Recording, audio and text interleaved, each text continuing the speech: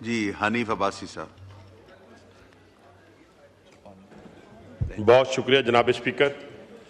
जनाब स्पीकर, एक तो मैं भी उन जो लहाइकीन हैं उनके साथ इज़हार हमदर्दी करता हूँ जो इस सैलाब की जो आफात थी उससे फौत हुए, इस दुनिया से गए। और दूसरा, जो इस वक्त बेघर हैं, आप देखिए जनाब स्पीकर के जो बेघर झुग्गी वाला है और जो करोड़ों रुपए के घरों में रहते थे, उनकी अगर आप शक्लों को देखें तो एक जैसी हैं। घर इतनी कीमती चीज़ है, तिनका तिनका और एक एक पैसा चुनकर एक शख्स जो है वो बनाता है, और फिर ऐसी आफात के ज़रिए जब वो चीज़ें उनके हाथों से चली जाती हैं तो अफसोस की कोई इंतहा नहीं होती। इस चीज़ को हमें भी महसूस करना चाहिए, पूरे ऐवान को महसूस करना चाहिए, और हम करते भी हैं। लेकिन मैं एक तवज्जो आपकी इस तरफ दिलाना चाहता हूँ, ख़ास तौर पे मैं खुद हुकूमती कैबिनेट का हिस्सा हूँ, कि हमें बड़ा शौक चढ़ा हुआ है कि हम यहाँ पर बैठ के ब्यूरोक्रेसी को गालम गलोच कर रहे होते हैं, अपनी शोहरत के लिए अपने ही ऐवान पे इल्ज़ाम तराशी कर रहे होते हैं, कभी हम अपने ही निज़ाम को हाइब्रिड निज़ाम कह रहे होते हैं। मेरी समझ से बालातर है कि अगर हम यही सारा कुछ हमने यहाँ बयान करना है तो फिर हुकूमत से उठकर हमें अपोजिशन में चले जाना चाहिए। ये बातें अपोजिशन वाली हुकूमती बेंचों में जेब नहीं देती। और दूसरा जनाब स्पीकर, आज तक मैंने कभी नहीं सुना कि मैं रावलपिंडी की बात ये करूं कि रावलपिंडी में इंक्रोचमेंट है और मैं उसका जिम्मेदार नहीं हूं। ये कैसे मुमकिन है कि रावलपिंडी का हॉस्पिटल खराब हो, रावलपिंडी की ट्रांसपोर्ट अच्छी ना हो, रावलपिंडी के तालीमी इदारे अच्छे ना हो, और आप कहें, मैं यहां पे आके खड़ा होकर कहूं देखें जी वो तो तबाही होगी जी, बर्बादी होगी जी। अल्हम्दुलिल्लाह आज भी हुकूमत पंजाब के जो इक़दामात हैं उनकी बदौलत मैं रावलपिंडी के अपने स्कूल कॉलेजेस, अपने हॉस्पिटल्स, अपने ट्रांसपोर्ट, सफाई का निज़ाम, इन सारों को देखते हुए एक पॉलिटिकल वर्कर की हैसियत से, सिर्फ एक पार्टी लीडर की तारीफ के लिए नहीं, आप यकीन माने कि दिल बाग बाग हो जाता है, खुश हो जाता है। आज भी कुछ जाना चाहे मेरे साथ अभी यहां से गुजरे, मैं उसको रावलपिंडी में लेके जाता हूं। इस पानी में, इस बारिशों के अंदर जो अल्हम्दुलिल्लाह हमारा वहां पे किरदार था और हमारे काम जो हुए, तो ये क्रेडिट जाता है। हर जगह अच्छे और बुरे लोग होते हैं, लेकिन आजकल बीमारी पड़ गई है, हर किसी को वायरल होने का शौक है। वायरल होने के लिए और भी बहुत सारी चीजें, और खुदा का खौफ करें और अल्लाह से डरें, कहीं वो ना वायरल हो जाएं।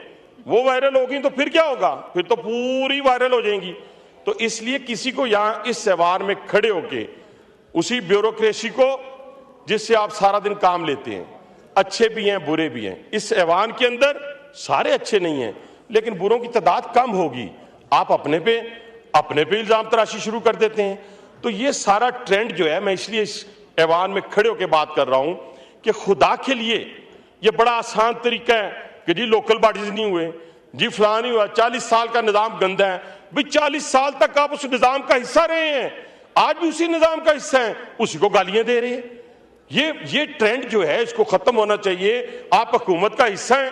सबसे बड़ी खूबसूरत बातें होती है, हमने बड़ी इस ऐवान में, मैं 2003 से हूं जनाब स्पीकर, बड़े बड़े हमने लोग, आजकल तो हर जगह मैंने ऐसा सा पॉलिटिशियन देखा कि जरा सी उंगली उठी उसने रिजाइन कर दिया। मैंने वो पॉलिटिशियन देखा उसने हुकूमत के साथ नहीं चल सकता, उसे वजारत से रिजाइन कर दिया। रहा हुकूमत में, अपोजिशन में जाके नहीं बैठा, लेकिन उसे पॉलिसियों से इख्तलाफ था। तो खुदा के लिए मैं तो और किसी का रोना ही नहीं रो रहा, मैं तो अपोजिशन का रोना ही नहीं, क्योंकि अपोजिशन को तो अपोजिशन करनी नहीं आई। और एक ऐसे वो बानी पीटीआई के हत्थे चढ़ गए जिसने इसी ऐवान के अंदर अपनी 5 हुकूमतें खुद खत्म कर दी। ये तो उनके हाथों में खेल रहे हैं, इनसे क्या गिला करना, क्या शिकवा करना। गिला शिकवा तो उन लोगों से है जिनके हाथ में ज़मामे कार है, उन्होंने डिलीवर करना है। और अल्हम्दुलिल्लाह मैं आज बड़े वसूख के साथ कहता हूं कि पाकिस्तान की इकॉनमी हो या पाकिस्तान का दिफा हो, आज अल्हम्दुलिल्लाह मजबूत हाथों में है। आज वजीर आजम पाकिस्तान के उस खारजा पॉलिसी की बदौलत पूरी दुनिया में अंदर देखें, आज वो जहां भी जाते हैं, चाइना में गए हैं, तो आज जिस तरीके से उनका इस्तकबाल हुआ है, ये पाकिस्तान की 77 साल तारीख में किसी का नहीं हुआ। वहां पे और भी हुक्मरान आए, लेकिन उनका इस तरीके से क्यों हुआ? इसलिए कि पूरी दुनिया के सामने हम एक फाते की हैसियत से जा रहे हैं। आज अगर फील्ड मार्शल की तारीफ करें तो पेट में दर्द शुरू हो जाता है। आज अगर अपने उस फौजी जवान की बात करें, आज शहीदों की बात करें, तो पेट में दर्द शुरू हो जाता है। और दर्द वालों की हालत देखें, मैं इतना मेरा दिल अफसुर्दा हुआ जनाब स्पीकर, आप भी ये ऐवान भी सुनेगा वाकया।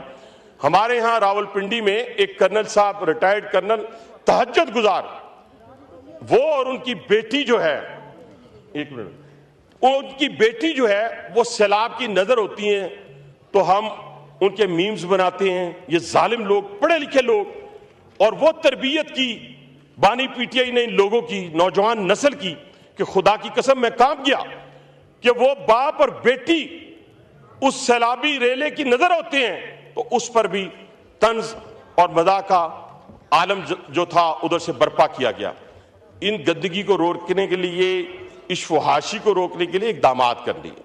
आज जब फील्ड मार्शल एक तरफ अमेरिका में खड़े हैं, डिप्टी प्राइम मिनिस्टर चाइना में खड़े हैं, प्राइम मिनिस्टर अजरबैजान में खड़े हैं, तो ये खारजा पॉलिसी, वो खारजा पॉलिसी अल्लाह ताला के फजलो करम से कि जिसका ख्वाब पाकिस्तान ने कभी देखा भी नहीं था, और उसी खारजा पॉलिसी की बदौलत हमसे कई गुना बड़ा मुल्क जो है वो आज डिफेंसिव सूरत हाल में है। आज मैं कहता हूं कि पूरी दुनिया का ताकतवर तरीन मुल्क जो है और उसके हुक्मरान जो हैं, वो बता रहे हैं कि पाकिस्तान ने कितने जहाज गिराए। वो बता रहे हैं दुनिया को, वो हिंदुस्तान को बता रहे हैं कि हाँ तुम्हारे 7 जहाज गिरे हैं। मैं वाइंड अप कर रहा हूं। तो कहने से मुराद यही है जनाब स्पीकर कि हमने इस ऐवान किया है या करते हैं, ये बहुत ही मैं समझता हूं मुकद्दस ऐवान है, और इसकी बदौलत ही आज अल्लाह ताला ने हमें इस पाकिस्तान के अंदर, एक पाकिस्तान के बाहर इज्जतों से नवाज। 300 बेड के 3 बनाए, बड़े बड़े हॉस्पिटल। ये राजा प्रोफेसर साहब बैठे हैं, रावलपिंडी से ताल्लुक है, और मेरी बहन तायरा औरंगजेब साहिबा बैठी हैं। हमने बनाए, हमने तो काम लिया, क्वालिटी काम लिया। हमने तो किसी को ब्लैकमेल नहीं किया, किसी कॉन्ट्रैक्टर को ब्लैकमेल नहीं किया, किसी को हमने ये नहीं कहा। अब भट्टू साहब आप बोलना चाह रहे हैं, आपके पॉइंट ऑफ जी, माइक खोलें, वाइंड अप करें, आखिरी वाइंड अप करें। किस कॉन्ट्रैक्टर की जरूरत है जनाब स्पीकर कि वो रावलपिंडी में सब स्टैंडर्ड काम करके पेमेंट ले जाए? सवाल ही पैदा नहीं होता। ना लेके गया है, ना लेके जा सकता है।